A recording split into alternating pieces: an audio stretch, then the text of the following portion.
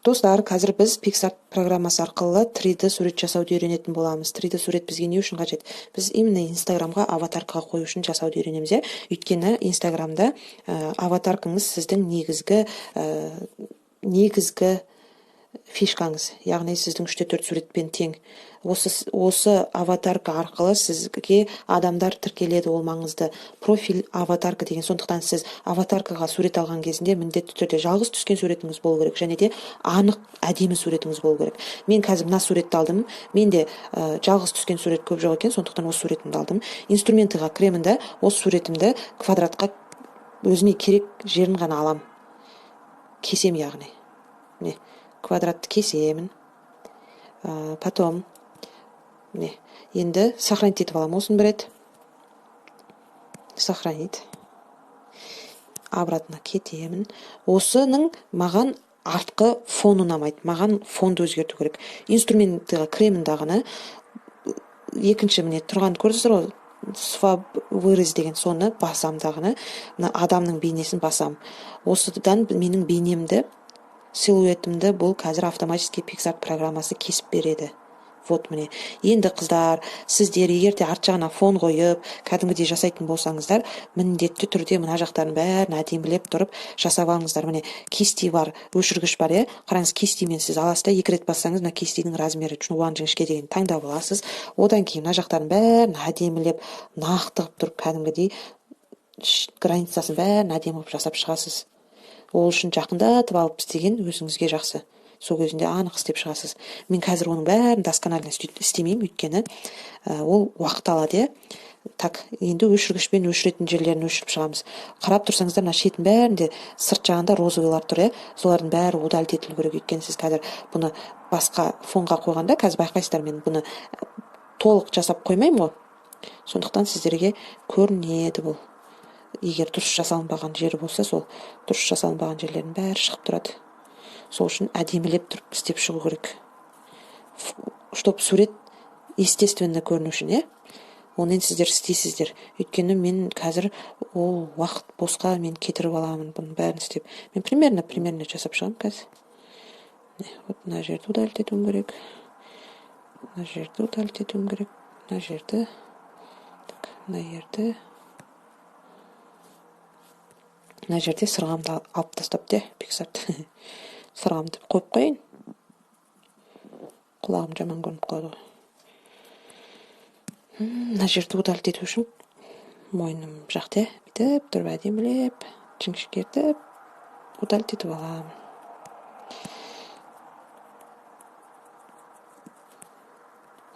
Енді примерно істедім қыздар, Міне, көрдіңіздер ме?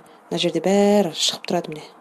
Істелмеген жерлер. Сол үшін дұрыстап тұрып істеу керек. Мен примерно істеймін деп айтып түсіндірдім сіздерге. Енді осыны сохранить етіп алам.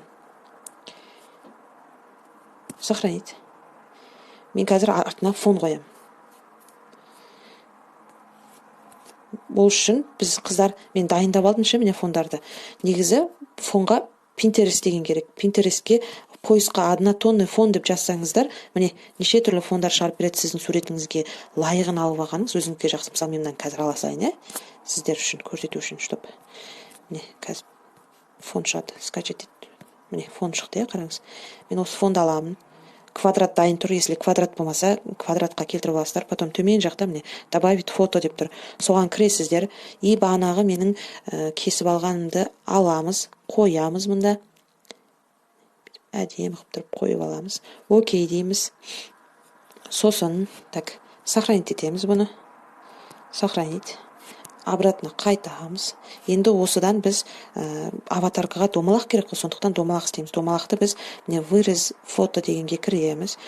Круглыйды таңдаймыз. Сосын 3D суретте міндетті түрде бір басыңыз, қолыңыз, бірдеңеңіз сыртқа шығып тұру керек. Сол үшін өзіңізге ұнайтын жағыңызды таңдап аласыз. Мысалы, мен басты алдым, қазір, қараңыздар. Былай қояйын. Осылай алайын, Енді бұған граница істеуге болады, міне. Мен мынандай. И түстерін таңдауыңызға болады. Маған ақ түсін айтты, сол ақты ала берем. Енді осының сыртынан қайттан біз бір граница жасаймыз, домалақ жасаймыз, яғни. Тоқта, мен шатасып кеттім. Мынаны сохранить етіп аламыз. Сохранить. Енді осы суретті аламыз да біз өзімізге бір фон аламыз. Мен мына фонды алайын. Осыған добавить фото дейміз дағыны. Мына суретімізді қоямыз. Кішкене кішірек қылып қоямыз. Өйткені сыртынан қайттан қазір круг жасаймыз,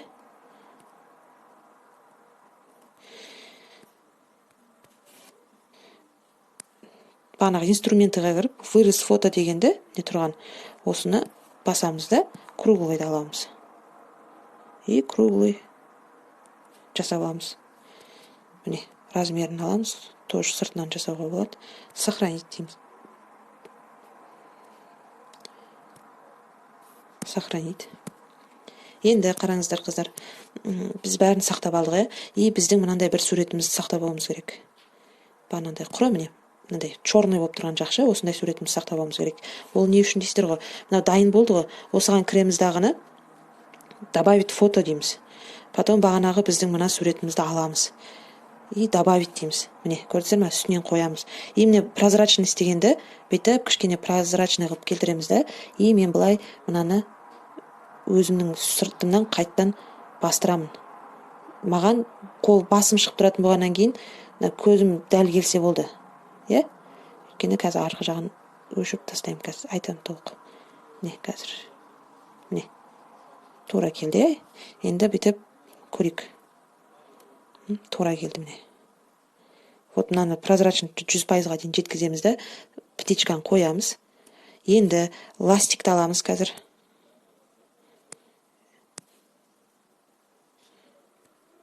Мен тоқтай тұрыңыздар.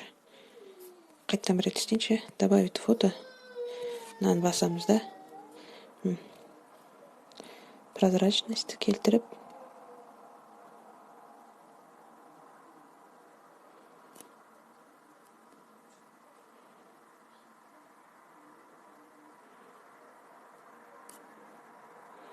Бағана әдем кегені де.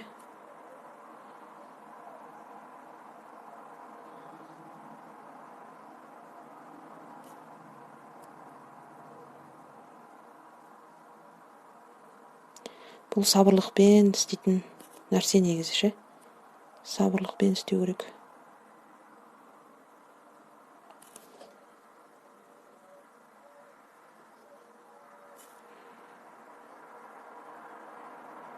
Вот міне келді. Енді 100%-ға келтіреміз де, қараңыз қыздар.